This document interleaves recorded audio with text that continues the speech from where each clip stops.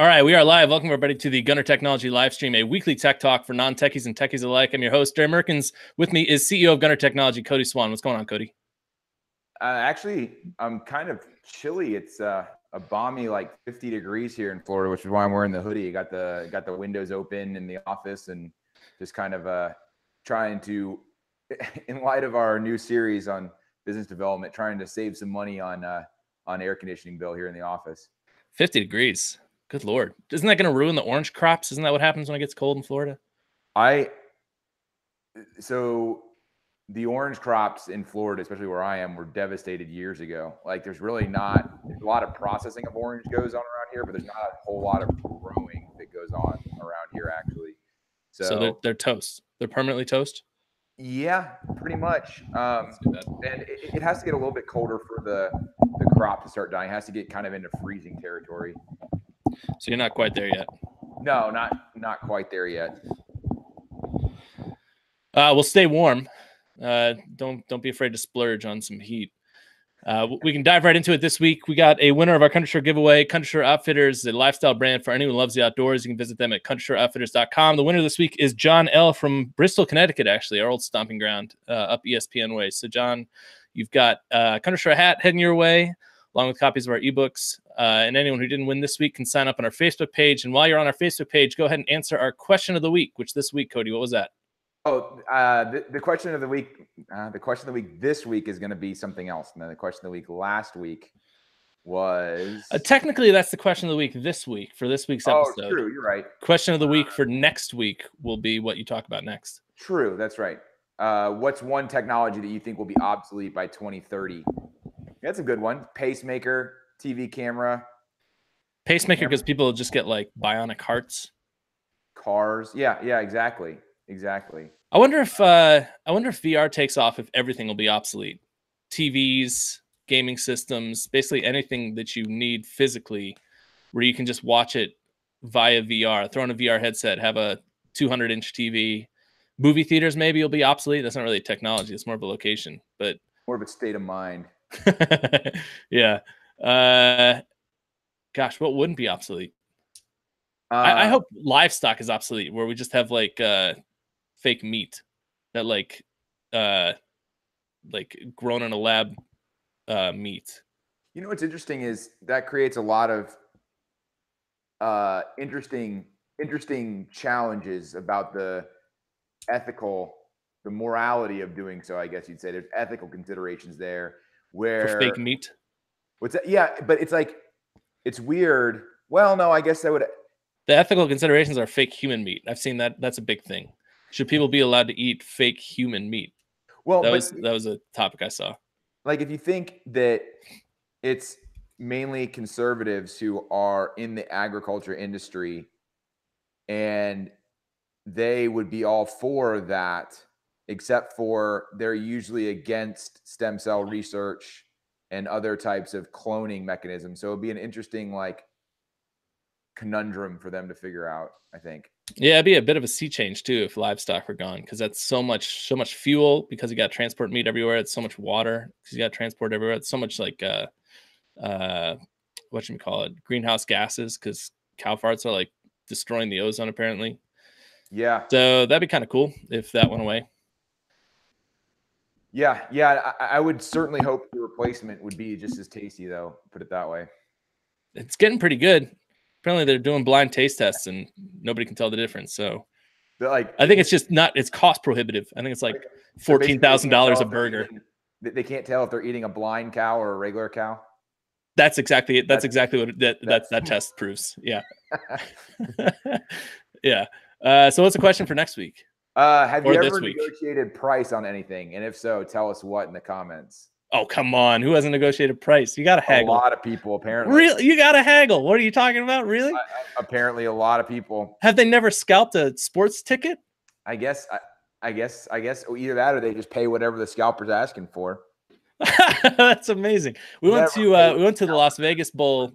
My brother and I got there probably just after kickoff, and a guy was selling $180 seats, and he wanted basically face value. And we were just like, we'll give you $20 and got into the game. So if you don't haggle for scalped tickets, you're doing it wrong. The only time, well, and we were there together, the only time we that I would say that I've had a lack of success scalping was at the SEC championship game last year. Oh my gosh, what a disaster. That was I guess if there's enough demand, you can't really haggle. Yeah. That's a good lesson. And also, they were very slick about preventing resale. What they do there, it was like something like where they were pretty slick about it, where you couldn't just buy a ticket. Some of the tickets weren't available for resale, like the ones that you bought online couldn't be resold or something like that. So there was something. I know people are getting hosed though, because people were going in with tickets, coming back out with those same tickets and selling them to people for like $500. And then when they went to the gate, it was like, this ticket's already been used. Yeah, we saw a lot of tears, a lot of tears, a lot of tears on both sides. I mean, UGA was crying because they got hosed out of $1,000, and Auburn was crying because their team was terrible. Yeah. So anyways, hop on our Facebook page, answer that question, and sign up for the Country Store giveaway. But we'll go ahead and dive right into it. This week's episode is the first episode of a new 10-part series on biz dev. Basically, everything that you'd ever want to know about biz dev. We're sort of in the weeds with it ourselves, so this is a topical topic for us. But this first episode is basically going to just be a sort of a 50,000-foot overview of what biz dev is, what you're hoping to accomplish, what it covers. So, Cody, if you want to just kick it off, what is biz dev? What is biz dev? What is blind cow? Blind cow disease? Is that anything? So it's actually funny because business development, and it's actually kind of maddening, because as a process guy, I like things to have definite terms and definite steps and things like that. That's not business development at all. Business development is kind of this umbrella term that has a differing meaning depending on what industry, what company, kind of what individual you're talking to. In general, though, it's an umbrella term that encompasses a number of functions within the company, such as marketing, networking. And here's another thing. So a lot of companies will put networking underneath marketing. Other companies break networking out into a separate function. But marketing, networking, prospecting, sales, and nurturing is generally what encompasses the biz dev process. It's basically all about getting work for the workers. Is kind of, if I had to explain it in a sentence, business development would be everything that's involved with getting work to the workers. It's giving the people what they want, giving the workers what they need. Yeah, exactly. And so it's really about like Office Space. It's about being a people person. Yeah, well, again, I would say that's the networking aspect of business development and sales. I would say networking and sales, and potentially nurturing it, and then maybe nurturing, but definitely networking and sales is about being a people person, making people like you, for sure. Marketing is way more analytical, takes an analytical mind as well as a creative mind to do marketing. It's almost the reverse. It's like an autistic side of biz dev, where you just need to understand people as machines and what is going to be most effective to convert a person A into customer B. That's exactly right. Like, marketing is all about treating people as faceless entities that share commonalities. Whereas like networking, and that's why we break networking and marketing out separately, because networking is all about treating people as like the most as people. What's that? As people, as actual real people, instead of just data points. And like getting to know them on like an intimate level. Same thing with sales. And the weird thing is like so basically, if you think about it, you have two branches, marketing and networking, where the biz dev process starts. And they're kind of on the same rung of the ladder. But then it goes marketing, networking, prospecting, sales, nurturing. And that prospecting level is, again, back to the analytical. It's not so much analytical, but it involves a lot of research. It's a big research stage where you're researching all these people that you've met through marketing or networking and determining like who should stay and who should go now. Kind of like that old song. That old song. Yeah, that old song. Exactly. So it's To paraphrase that old song. It's appropriate. It's appropriate that you're wearing a Facebook hoodie, because if there's ever a company that's been successful at treating people like data points and not as individuals, it's Facebook. Yeah. And the thing is again, they have people who are very good at that marketing kind of number side, and they have people that are really good at the networking side. Like, I mean, they're not sending their marketing engineer or their marketing analysis guy to meet with Amazon to like go out for drinks. It's not the same person. You don't want that person interacting with anyone ever. You want to put them in a deep, dark basement and have them write code for their entire life. Exactly. We want them to just keep treating people like numbers and let our people who can have a drink without spilling on themselves. Just provide those weirdos with catered food. Keep them sated. They'll probably never leave the office. Well, and then just milk them for everything they're worth. Well, we saw that when we visited Facebook. We did. We had lunch with the normies, and then we interacted with the night walkers, and it was an absolute disaster. Right. And we saw that they do everything in their power. Your first reaction is, oh my gosh, they give you everything you possibly could want as an engineer at Facebook.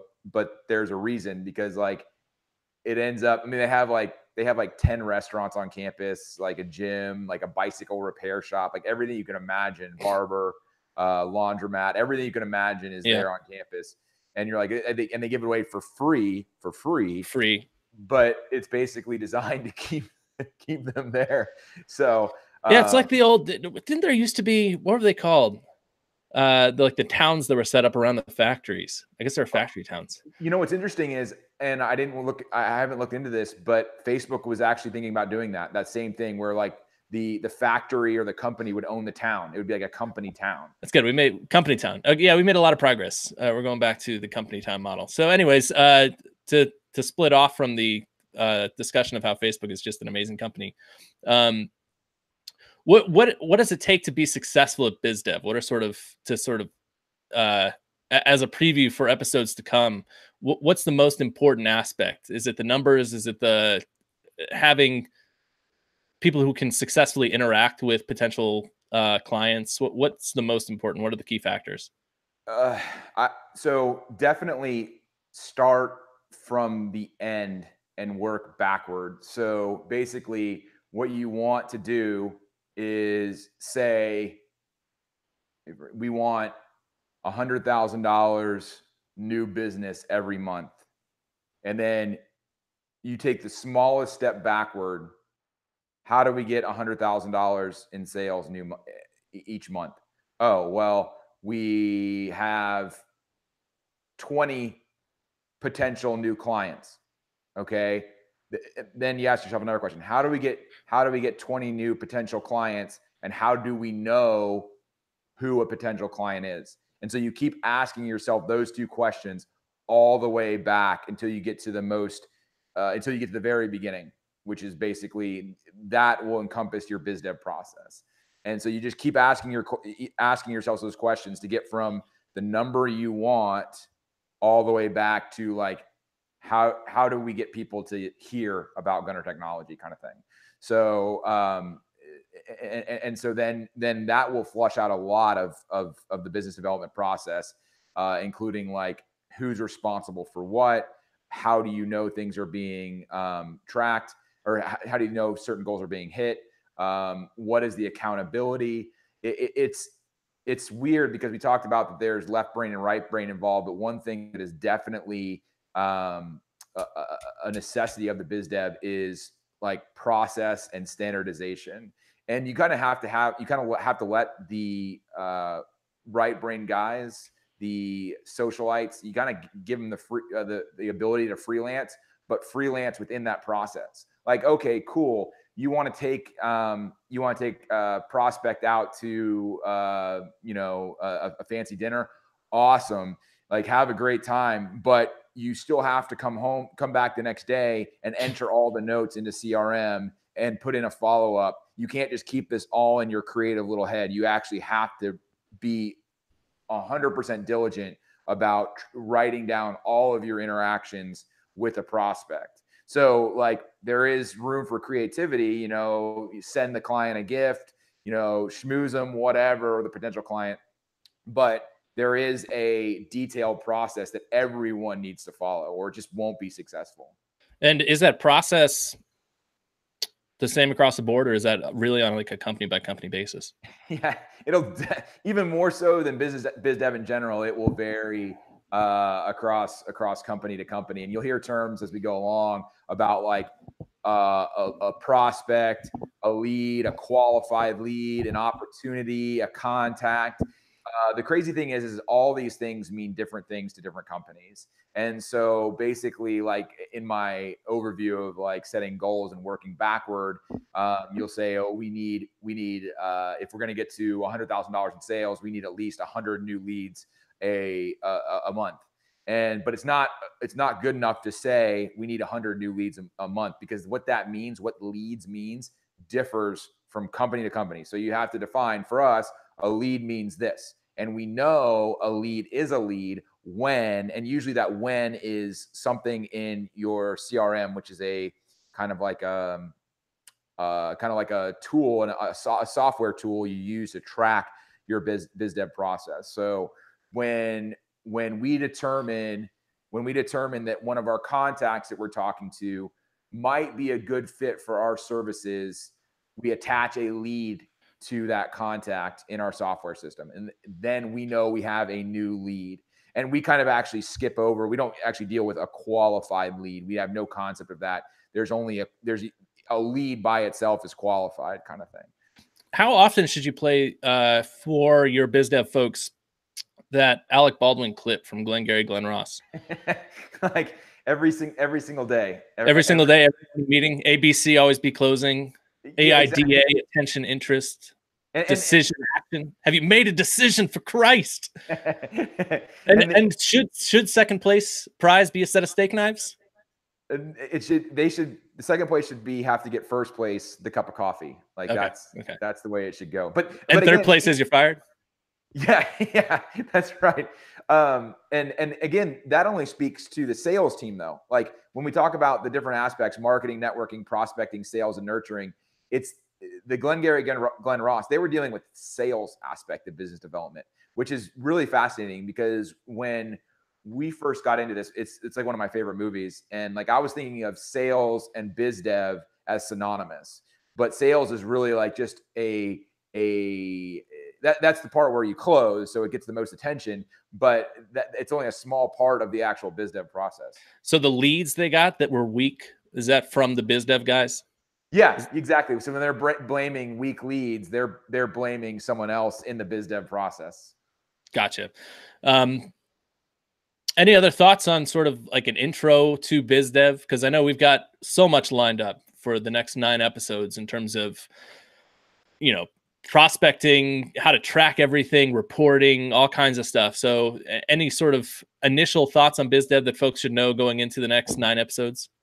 I mean, I just think that the thing that is, it's so easy to slack a little bit.